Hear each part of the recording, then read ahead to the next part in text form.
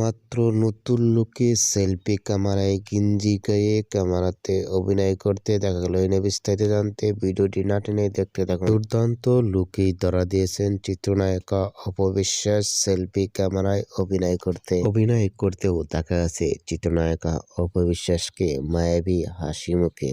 অনেক সুন্দর লাগছে অপবিশ্বাসের লুক ও গেটআপটি গেঞ্জি গায়ে সেলফি ক্যামেরায় ভিডিওতে। অপবিশ্বাসের এরকম লুক ও গেটআপ দেখে ইতিমধ্যে ভক্ত ও শুভাকাঙ্ক্ষীরা অবাক হয়ে পড়ছেন।